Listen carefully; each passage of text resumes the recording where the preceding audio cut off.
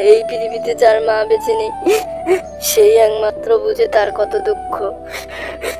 রোজা তোমার নিজের মেয়ে বলে ওকে তুমি স্কুলে যেতে দিচ্ছ, আমি তোমার নিজের ছেলে নই বলে আমাকে স্কুলে যেতে দিচ্ছ না। রবিন তার সৎ মা ও তার সৎ বোনের সঙ্গে থাকত। তারা তার সাথে অনেক অত্যাচার করত। এই সতীনের ছেলে, সারাদিন কি ঘুরে বেড়ালেই হবে? বাড়ির কাজগুলো কে করবে শুনি? আমি করব। মা, আমি কিভাবে এখন কাজ করব? আমি তখন স্কুলে যাব, বাবা তো আমাকে স্কুলে যেতে বলেছে। ফকিন্নির ছেলে যাবে নাকি স্কুলে? বাবা বলেছে বাবার কথা বাদ দে। তুই যদি স্কুলে যাস তাহলে বাড়ির কাজগুলো কে করবে শুনি? একটা কথা কান খুলে শুনে রাখ রবিন, এই বাড়িতে তোকে থাকতে হলে কাজ করে খেতে হবে। তুই পড়ালেখার আশা বাদ দে। এই ফকিন্নির ছেলে, যা গিয়ে কাজগুলো কর, থালা বাসনগুলো মাজ, যা। ফকিন্নির ছেলে নাকি করবে পড়াশোনা। এই পৃথিবীতে যার মা বেঁচে নেই সেই একমাত্র বুঝে তার কত দুঃখ। রোজা তোমার নিজের মেয়ে বলে ওকে তুমি স্কুলে যেতে দিচ্ছ, আমি তোমার নিজের ছেলে নই বলে আমাকে স্কুলে যেতে দিচ্ছ না।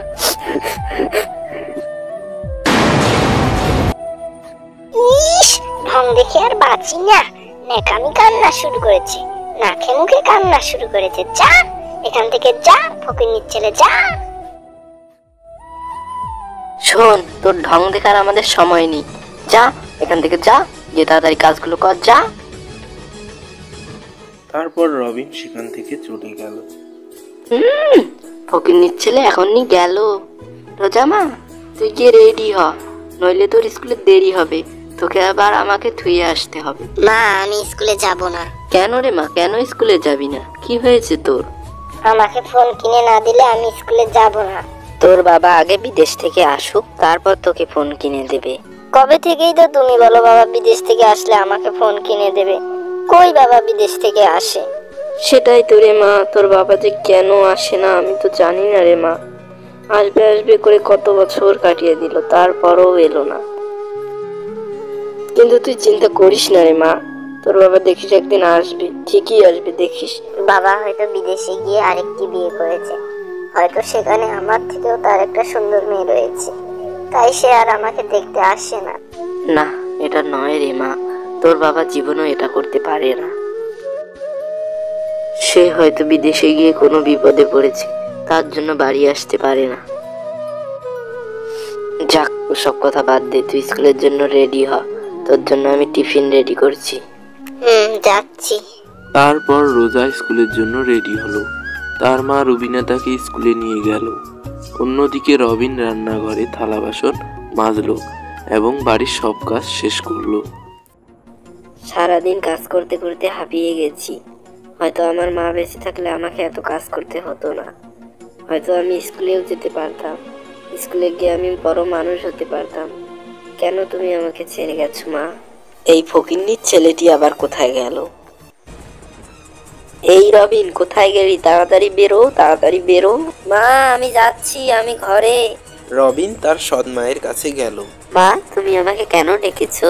ওরে আমার সোনার চাঁদ, বলি বাড়িটাকে ঝাড়ু দেবে? আমি দেব নাকি তোর বাবা আরো কয়েকটি কাজের লোক রেখেছে যে সে ঝাড়ু দেবে? ও আসলে মা, আমার একটুও মনে ছিল না, আমি সব করছি, সব কিছু গুছিয়ে করছি। তোর ফির কি মনে থাকে? তোর শুধু খাওয়ার কথাটা মনে থাকে। তাড়াতাড়ি বাড়িটি ঝাড়ু দে, তাড়াতাড়ি করে দে। তারপর রবিনের সৎ মা সেখান থেকে চলে গেল। ঝাড়ু তো দেওয়া হলো, যাই একটু দাদিমার কাছে যাই, দেখি দাদিমা কি করছে।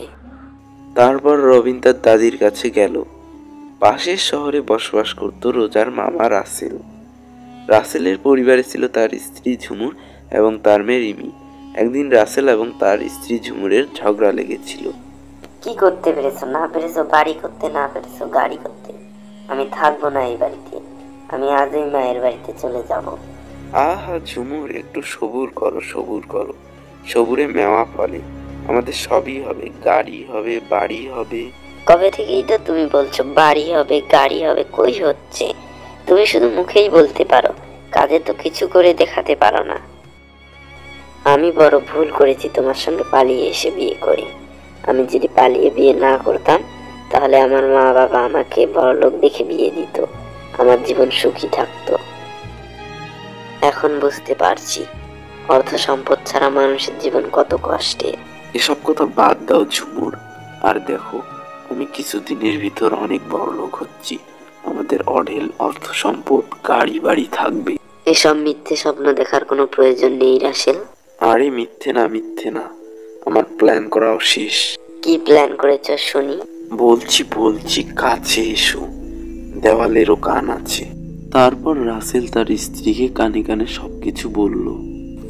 বাহ রাসেল, ভালোই প্ল্যান করেছো, কিন্তু কোনো যদি বিপদে পড়ি?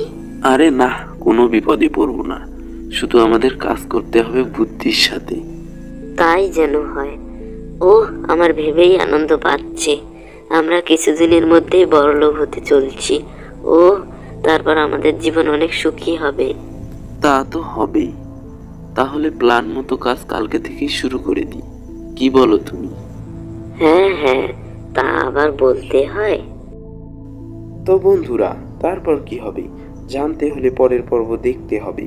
পরের পর্ব পেতে চ্যানেলটি সাবস্ক্রাইব করে বেল আইকনে অলে প্রেস করে রাখো।